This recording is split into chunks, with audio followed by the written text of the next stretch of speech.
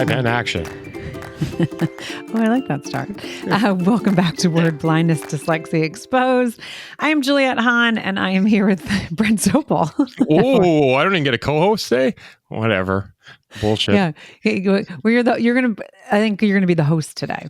Oh, really? Okay. Yeah. I think you're going to take over. So that's what I was going to say before you had to say that. The reason why I didn't say co-host is because I think that a lot has happened, like it always does. But this is what I know our listeners always look forward to, kind of what our moods are, what has happened. And this is going to be October is Dyslexic Awareness Month. We've already talked about why is it October? Everything is in October. So there's a lot of things, right? There's a lot of stuff all over social media, like, support us here for, for October, whatever the awareness month of, you can fill in that blank, but there's like so many. And so you and I started talking this afternoon, whatever. I can't keep track. Today's been a fun day because we're not taping on Monday. We're taping on today's Wednesday. Hump day. Yeah. Beep, beep. We already did our Monday one. That was a little punchy. And so you brought up a really good point about some of the things that have been coming across your desk. Yeah, I think, the one that, I think Brett Favre came up, I think it was yesterday. He was up in Washington in front of Congress, I believe, and saying he's got Parkinson's. So there's that one. I know today I saw some of the biggest, obviously Wayne Gretzky, best NHL player ever, was up in Ottawa, which is the Parliament in Canada, Washington in the U.S., about ALS. Some of those statistics that that everybody's talking about. I'm gonna have to Google as we're talking here. Parkinson's, but ALS, it said it was 1 to 3% every 100,000 people. So I had to get Elizabeth. I'm like, what's this math mean? Because we always talk it's the 1 in 5, and it said, that percentage of between 1 and 3% of 100,000 people is 0.00003,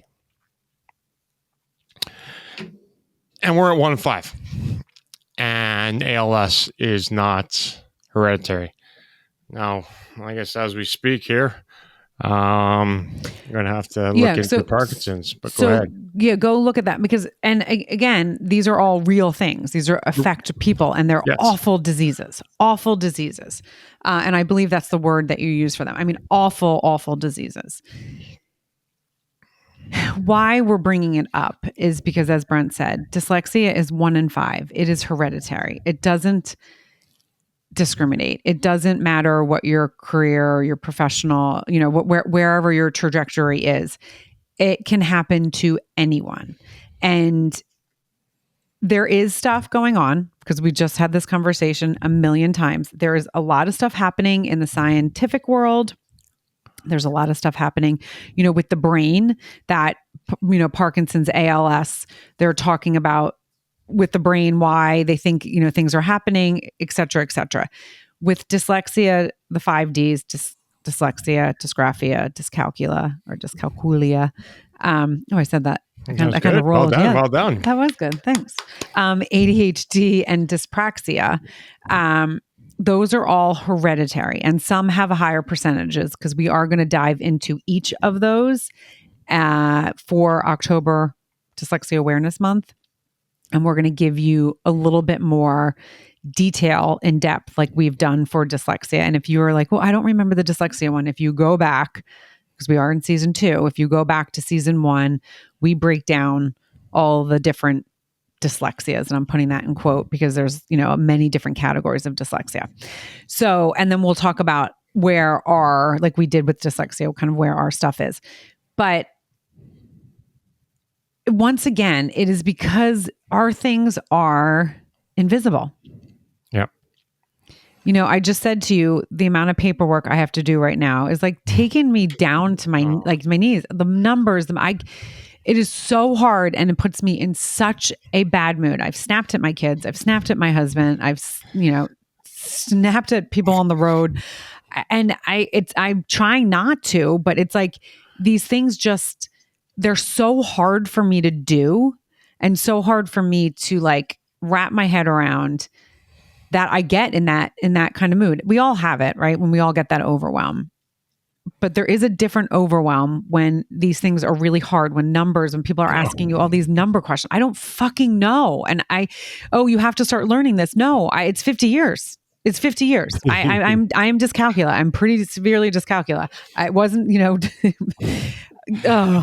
yesterday I was golfing at a place that I've never golfed before here in Illinois. It's a private course. It's it's next. There's only 200 members. So this place, when I got the invite, I had Elizabeth. Does this actually say this? Like, there's car museum. Like, this place is. But as we're walking out, they're talking about their betting, and there's side games you can play while you're golfing. And, betting. I thought you meant like you're betting. And I was like, you guys were talking about betting. And I was just going to say a word that would not be PC on there, but I was like, that's interesting. Go ahead. Sorry. Betting. I would do anything to be betting right now the way I feel. I'm exhausted, but there were betting, over unders and all this stuff. And I was talking to the guy who invited me. I'm like, got a lot of addiction. I've got a lot of issues in my life. But gambling wasn't one of them, because I could never understand the money. Plus 150 to minus 250. I'm like, I don't know what that fucking means. And I was telling him, I didn't know what net money was and gross money was to a few years ago. I said, somebody told me, pick up your fishing net with your fish in there, put it over your shoulders, and walk away. That's taking your net money and going home. He's like, and now this guy's obviously a great guy for. He was actually at the golf event, so I just recently introduced him to him. He's like, that is pretty incredible. He goes, you should write a coffee book with all your little one-liners. But I told him I couldn't gamble because I could never understand it. I still don't. I'm like, what is minus 125? What's plus 700? I don't know. And they were gambling.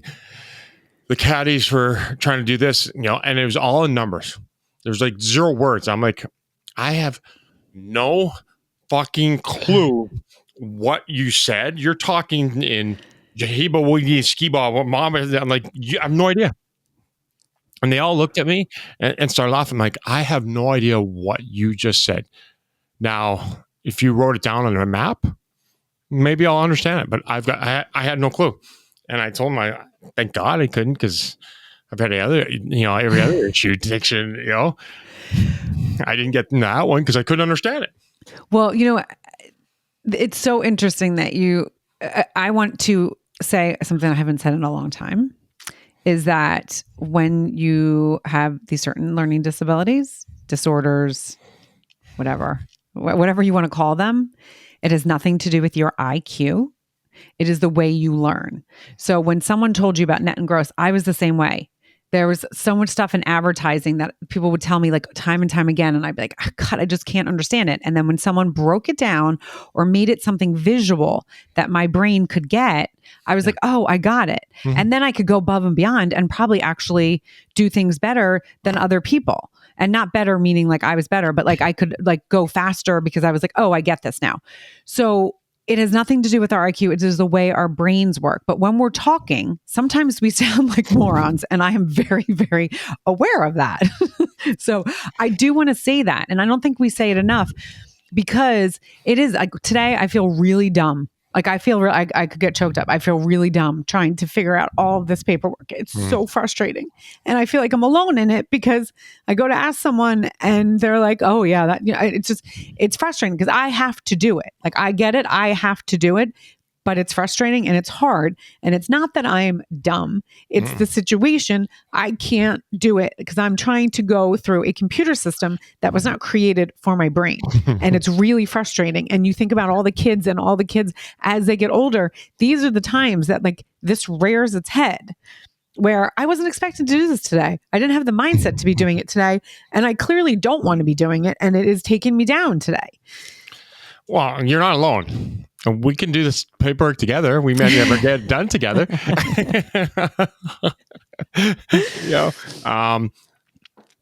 parenting, I always say is hard. It gets harder every different stage. The baby stage is hard, right? Not a lot of sleep, like in diaper bags, all that.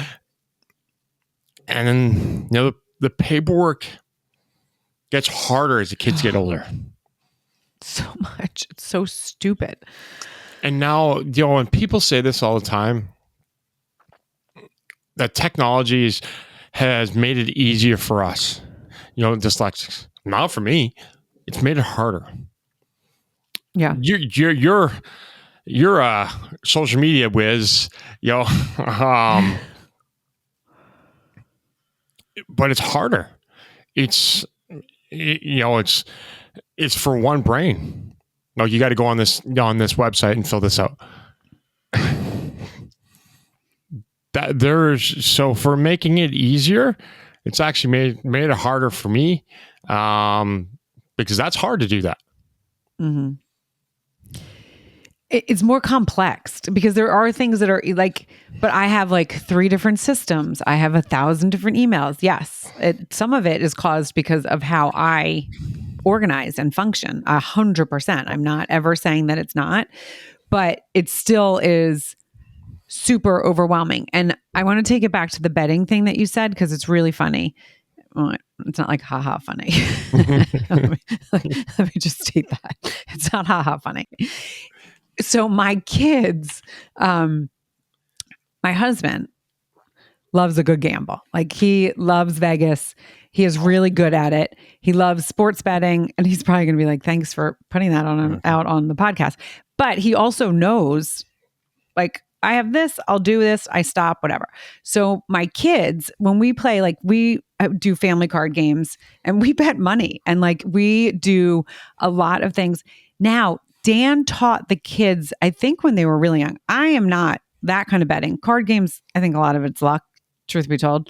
I'm sure there is some strategy, if someone says, but I don't play in Vegas because I would just keep throwing it down because my dyscalculia. I mean, I like the feeling of it, but I could like lose too much money that I don't even play with it because it's not, that to me is not what I want to spend my money on. It's not like, oh, let me lose. Except there's been many different times that I have been like, oh, I'm just going to throw it all down. Impulsive, because it's like, oh, that feeling of, I get it. I get how someone can become I get how someone can become a gambling addict.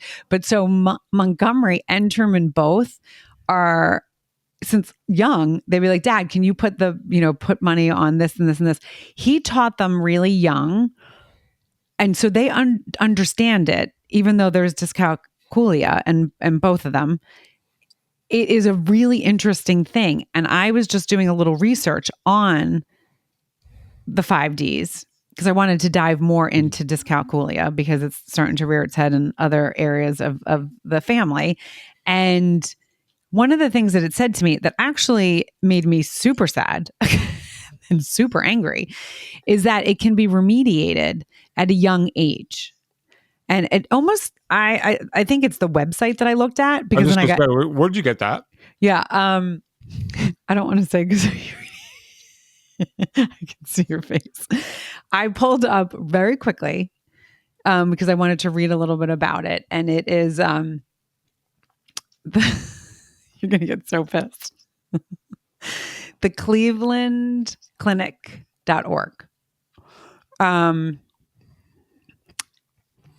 And I read it and I had to read it 3 times because I was like, okay, I think that the wording on this is incorrect. And it makes me feel really sad that like I could have actually not have dyscalculia as much as I did if someone caught it and helped. Well, let's preface this. I need to look at it. Yeah, if that's all right. Mm-hmm. It's everything we talk about. The dyslexia, dyscalculia. If we find it out early, the better. That's why we always talk about the early diagnosis, right? Mm-hmm. So I don't like that wording. No, I got to read it because I'm going to read it and then I'm going to be like, oh, but I read it wrong. You're remedia, you learn to deal with it. Just like, there's different Orton Gillingham, right? There's different reading programs that can help dyslexics. Yeah, same with dyscalculia. But it's the understanding. It's the diagnosis that comes before that. Mm-hmm. But, the Cleveland Clinic, thanks tips. Like, you guys are fucking doctors, and that's what you come up with. It can be remediated. Thanks. Yeah. So, but they also talk about like, which I do like, they actually talk about the emotional effects. Anxiety, agitation, fear, anger, depression, physical symptoms, nausea, vomit. I mean, so they do get into that a little bit. I want you, as I'm reading this, since we do things a little different, right? Someone would say, oh, I can't believe they didn't do the research before. They're doing it as they do it. That's how we do it. I want to go back to why. I mean, you were really passionate when we were talking today about this, and I totally get it. Because as we said, ALS, Parkinson's, awful, awful, awful diseases. And to have awareness about them, understandable. But then when we do it on the flip side, like, well, okay, I know we're talking about dyslexia and people are, yes, there's a lot of awareness right now with, and I'm not going to even say the words of what just recently launched because I'm not going to even give the breath to that. Yeah. But there is a lot of stuff happening out there. I get things forwarded constantly forward to us. But there's no action. There's no action. And that kid in the chair is not getting helped. I'm going to let you take it from there as I look at this. Okay, you go and research that. So anytime we talk about things on here, everything needs to be have light shone upon it. Parkinson's. It says 8.5 million people in the world has it. How many? 8.5. Okay. So, dyslexia is, was it 2 billion? Yeah, I mean, it's... that sounds right, but you could have said 1,000 other words and numbers, and I'd have been like, yep. No, because I think, now let's Google. I think it says how many people in the world. How many people in the world?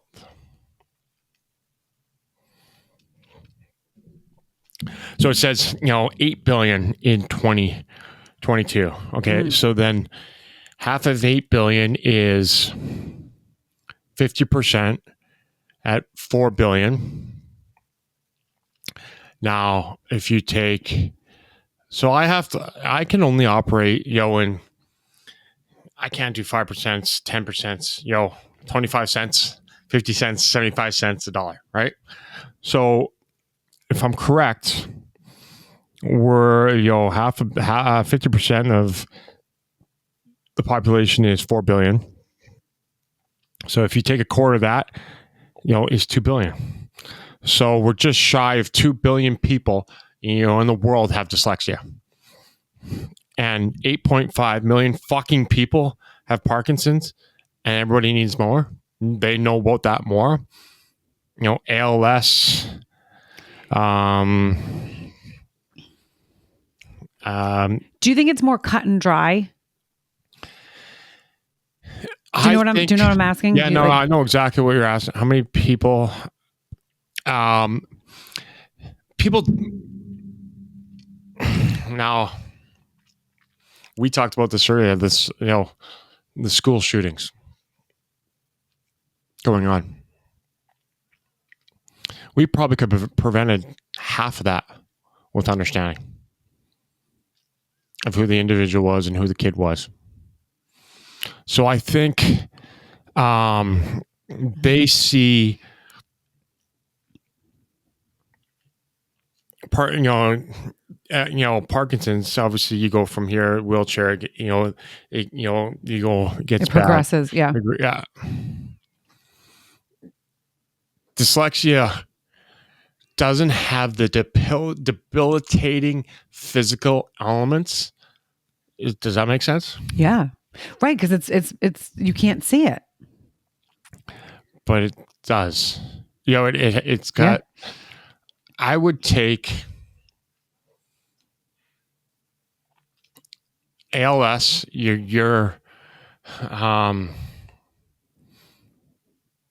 don't have it your whole life.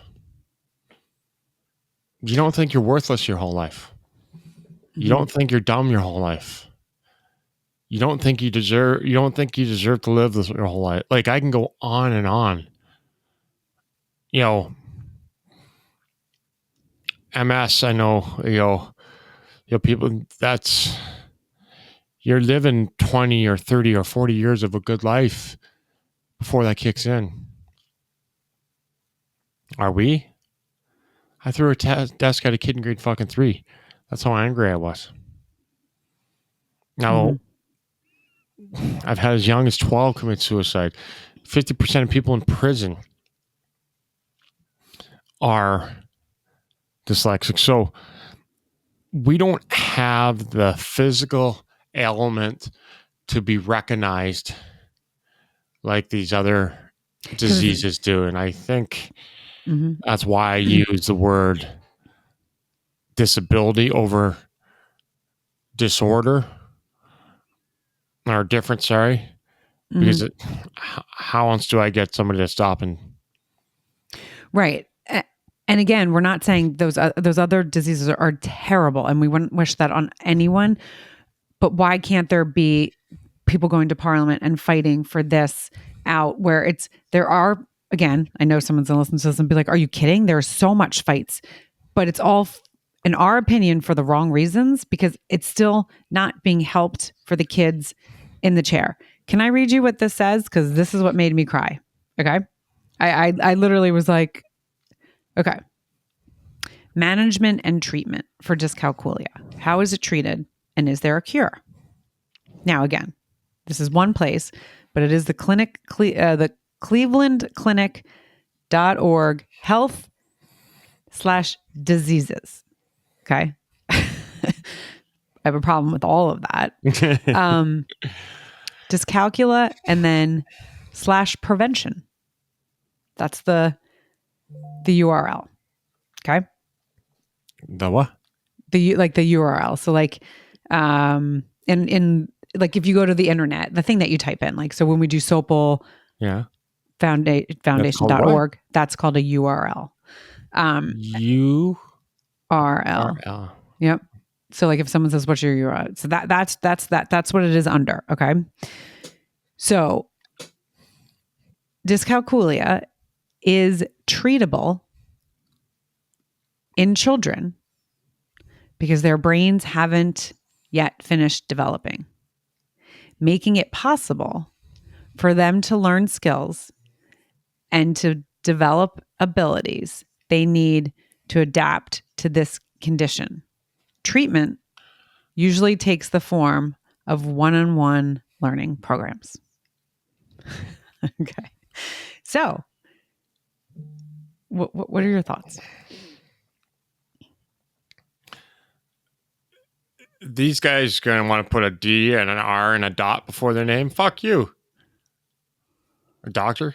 Well, you find out anything, they're using the word treatable, right? Is that what the... So that's the word I have a very big problem with. Correct.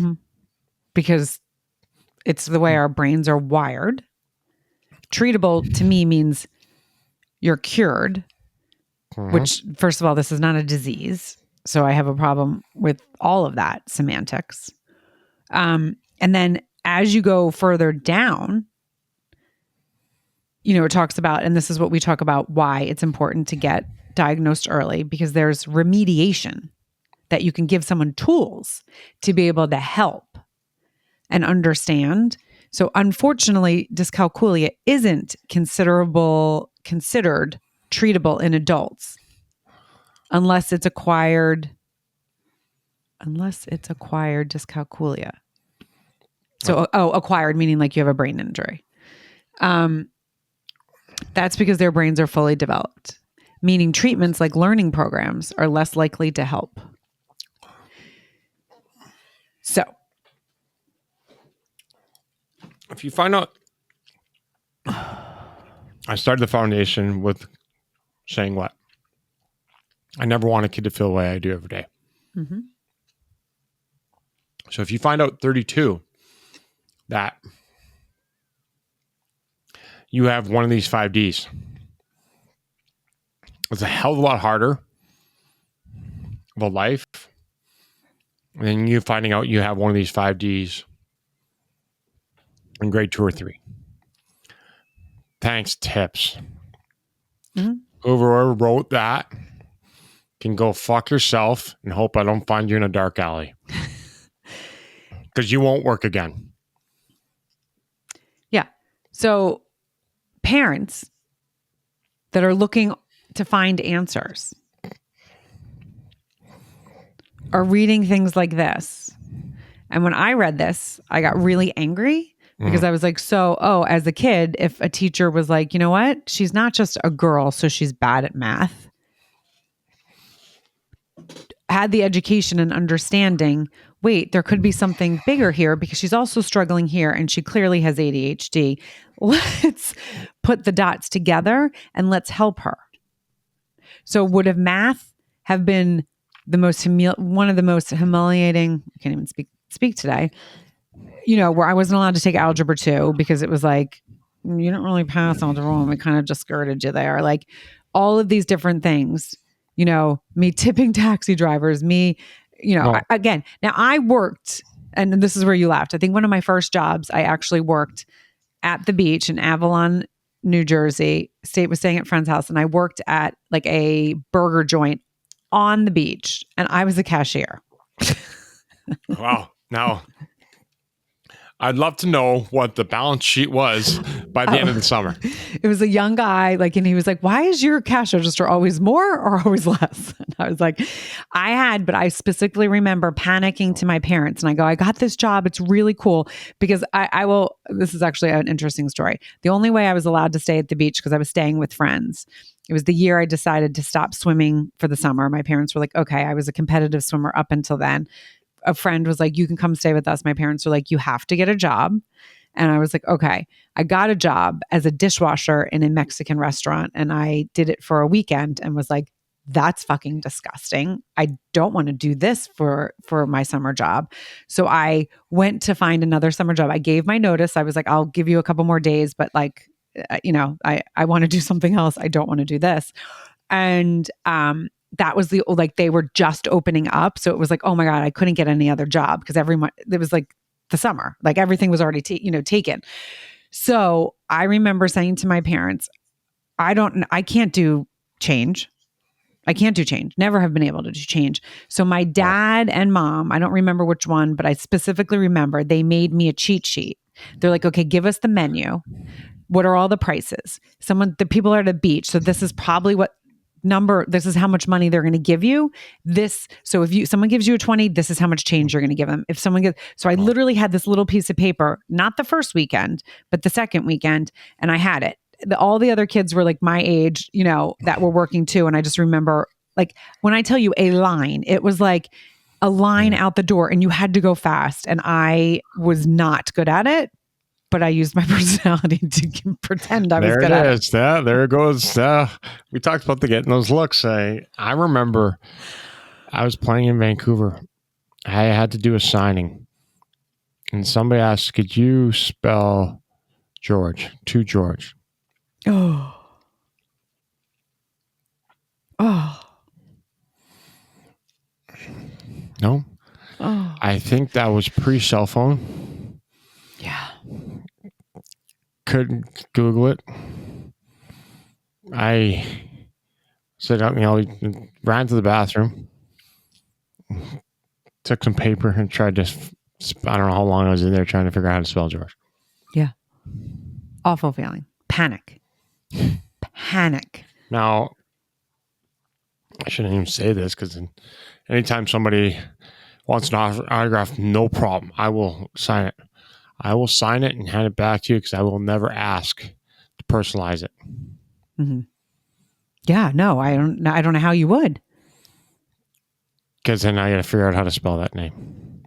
And even, so here's the thing, because someone could say to you, well, just ask them how to spell it. But when someone goes fast and you can't write as fast as they're saying it because you're trying to form, because of your dysgraphia, trying to form the letters, you can't. It's like almost impossible. And your brain's also already in panic mode. So you're just, I can feel it. I had this a couple times. One, because I've had people say to me, listen, basically, fuck you. Nice signature. You got no respect for us? We stood in line because my signature isn't neat. I'm like, oh, so thanks. Rude. Thanks for having, I said, I got a fucking writing disorder. Yeah. But then I've asked people how do you spell that. They look at me like I'm a fucking retard. Mm-hmm. So, yes, can I ask them how to spell it? But when you ask somebody to spell something simple to them, and they look at you like you're a fucking retard, mm-hmm.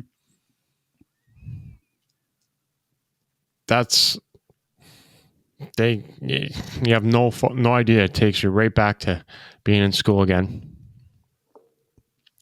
It takes me right back down, and that's why for me, self-esteem is everything we talk about.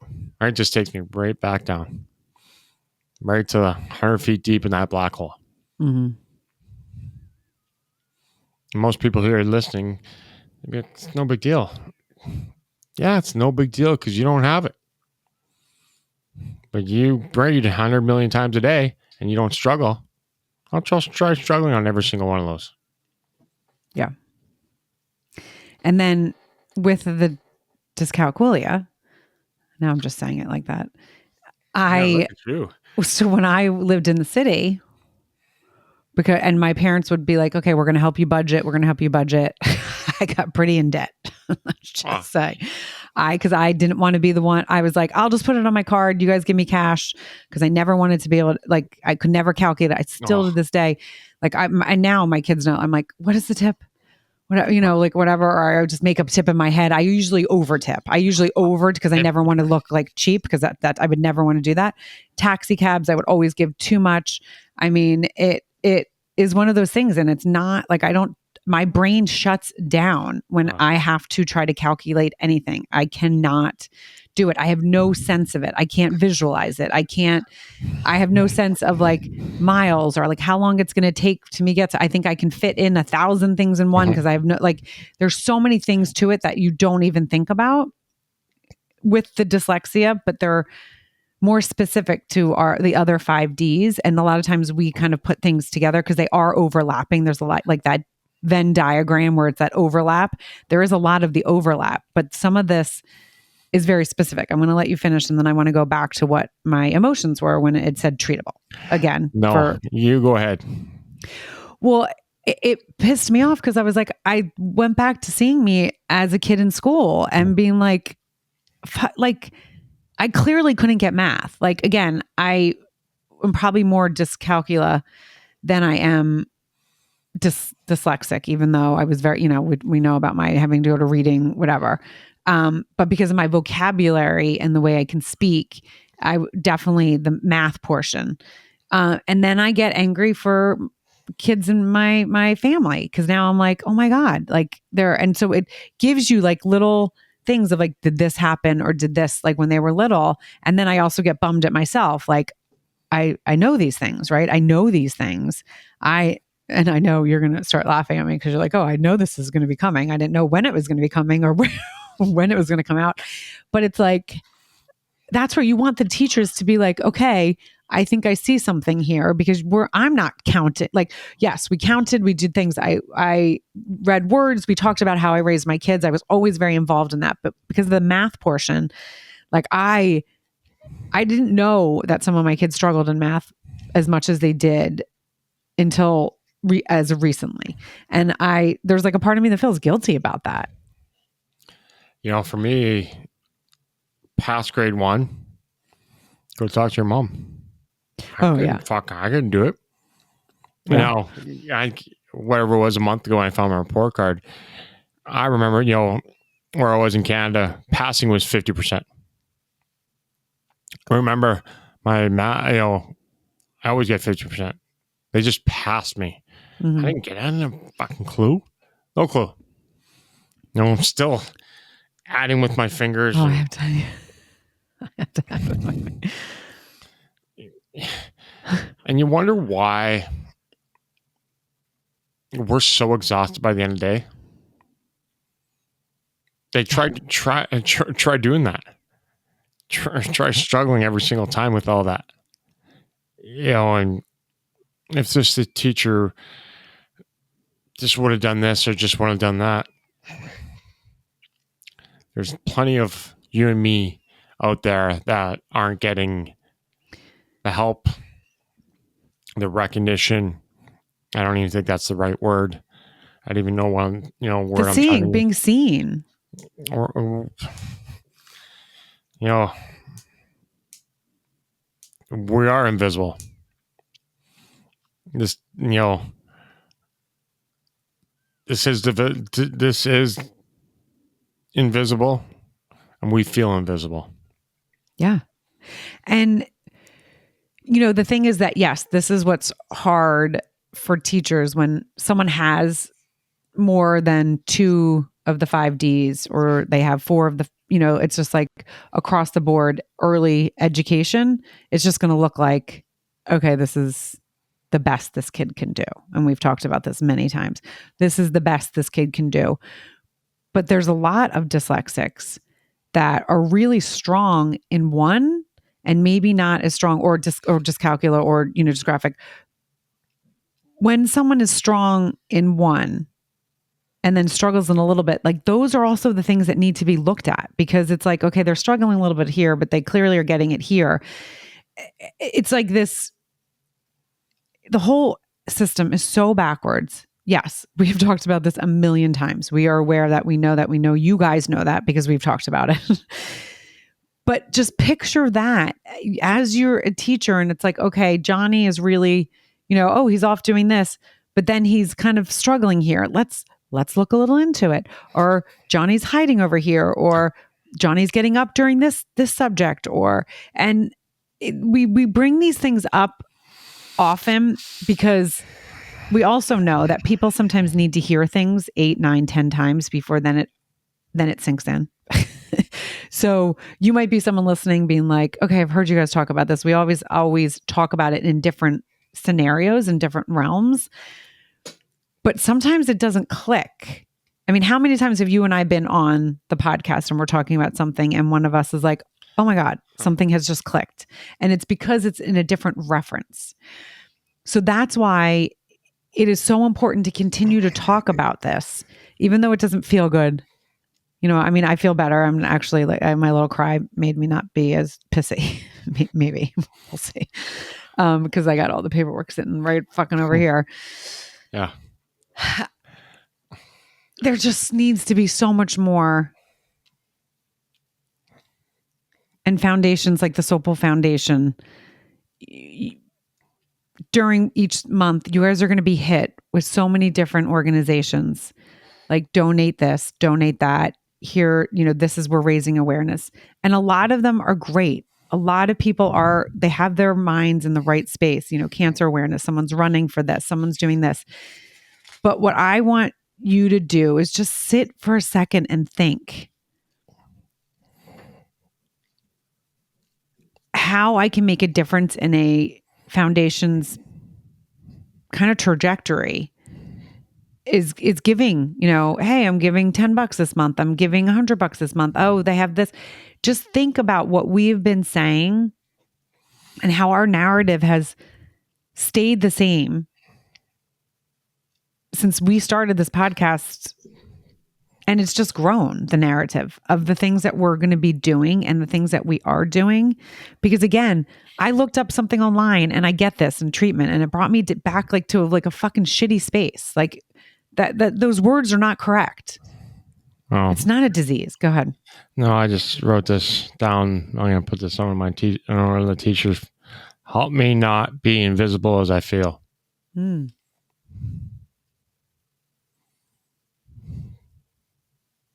Yeah. Say that again. Help me not be as invisible as I feel.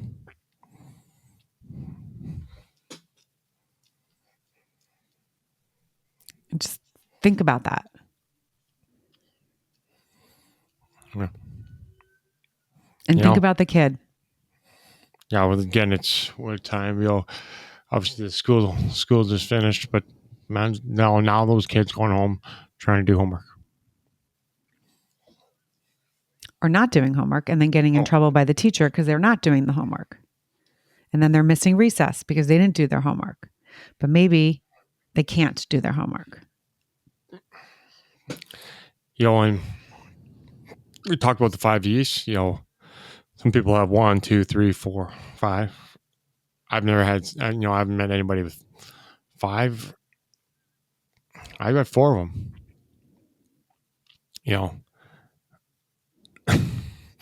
So those years in school, there was nowhere where I exceeded. Elizabeth saw my report and she's like, "You got like a 70 in gym or something." She goes, "What the hell is that?" Yeah, that's right tests. No, and there's a part of me that, with upper education, even though college is not for everyone, I totally get that. But obviously, because of my experience in college, not the first part, but then watching Montgomery and then thinking of people like you, my dad, where there could have been things that you were good at and you could have learned stuff. I mean, clearly you'd be a professional hockey player, so you had more important things to be doing. But the ones that are not doing that, but how do you know, the percentages of that? I'm one of less than 1%. Yeah. The rarity of what I did, I think somebody said I'm one of 1,500 people ever in the world to win a Stanley Cup. And then there's, a small percentage that I won 2, then 3, you run 3, you run 4. So how, it would have been, we all know that we talked, I would have been dead years ago. I would have killed myself years ago if I didn't make it. Right. So you can sit there and think, he's going to make it. I'm lucky I did. Yeah. So we just have to be better. We have to be better because it is not getting better. It's getting worse. And I mean, when we jump in is that it's the other narrative that we talk about. They're talking about teacher safety a lot.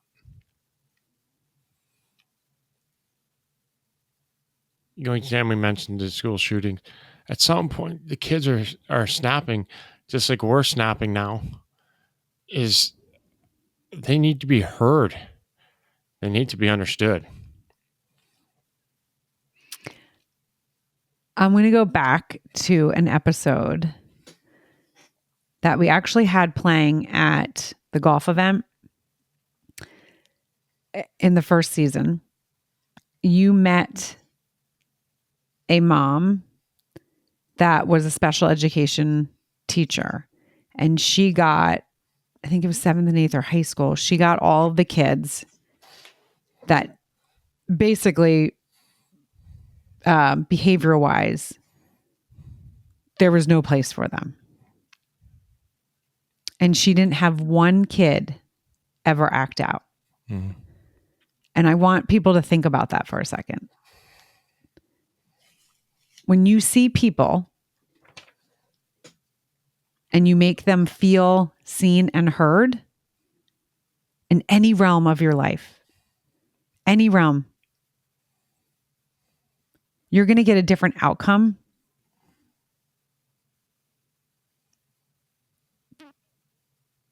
If you just do that, if you just see them. They're kids that no one else could handle.